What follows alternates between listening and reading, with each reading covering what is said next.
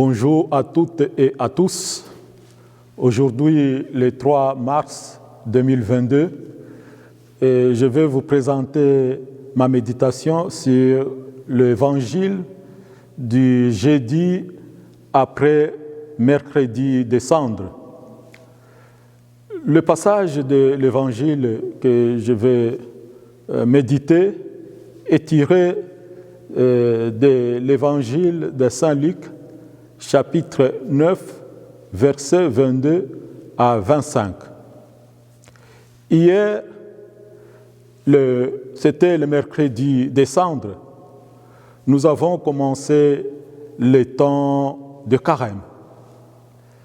Le carême, comme vous le savez, nous introduit dans ce temps sacré de 40 jours où nous allons marcher avec le Christ jusqu'à la victoire de sa vie à la mort.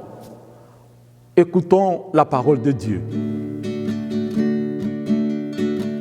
Honneur et gloire à toi, Seigneur, Jésus, source d'amour, toi le chemin de vie, le roi de la paix, Jésus, Jésus, Jésus. Le Seigneur soit avec vous et avec votre esprit. Évangile de Jésus-Christ selon saint Luc. Gloire à toi, Seigneur.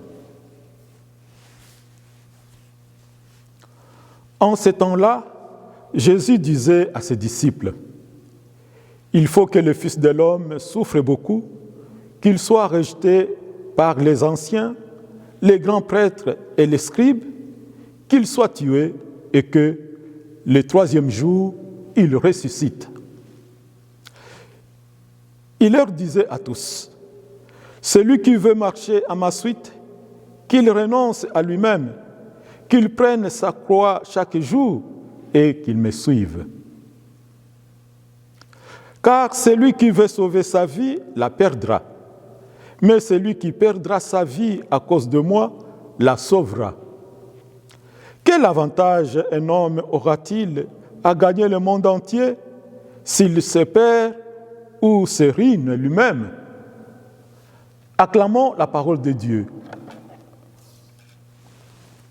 Louange à toi, Seigneur Jésus.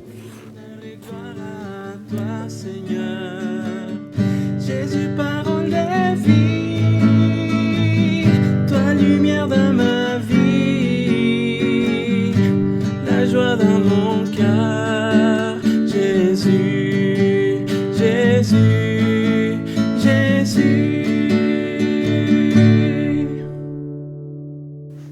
Comme je viens de le dire, hier, c'était le mercredi des Cendres. Nous avons commencé le temps de carême.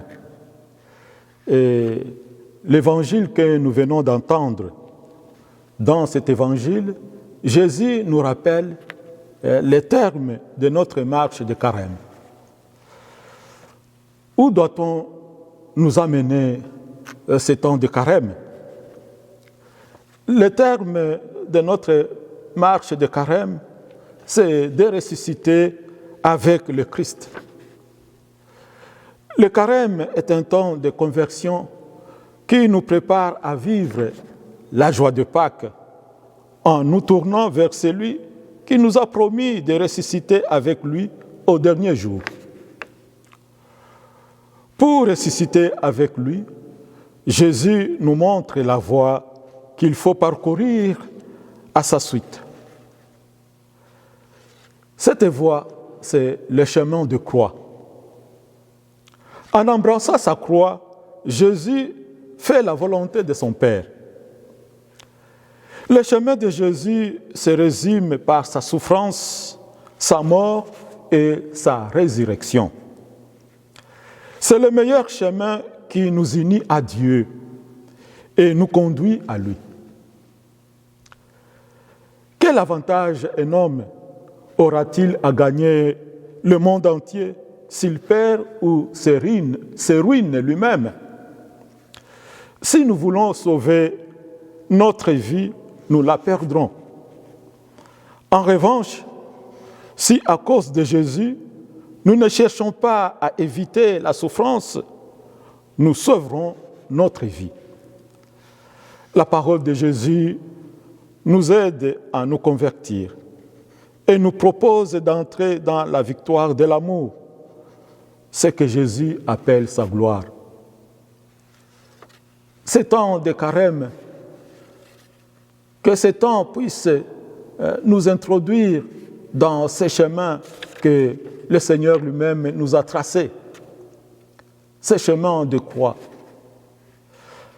Demandons donc au Seigneur, en ce début du carême, qu'il puisse fortifier notre engagement à nous mettre à sa suite sur ce chemin qui passe par la mort pour nous conduire à la vie, à la victoire du Christ. Amen.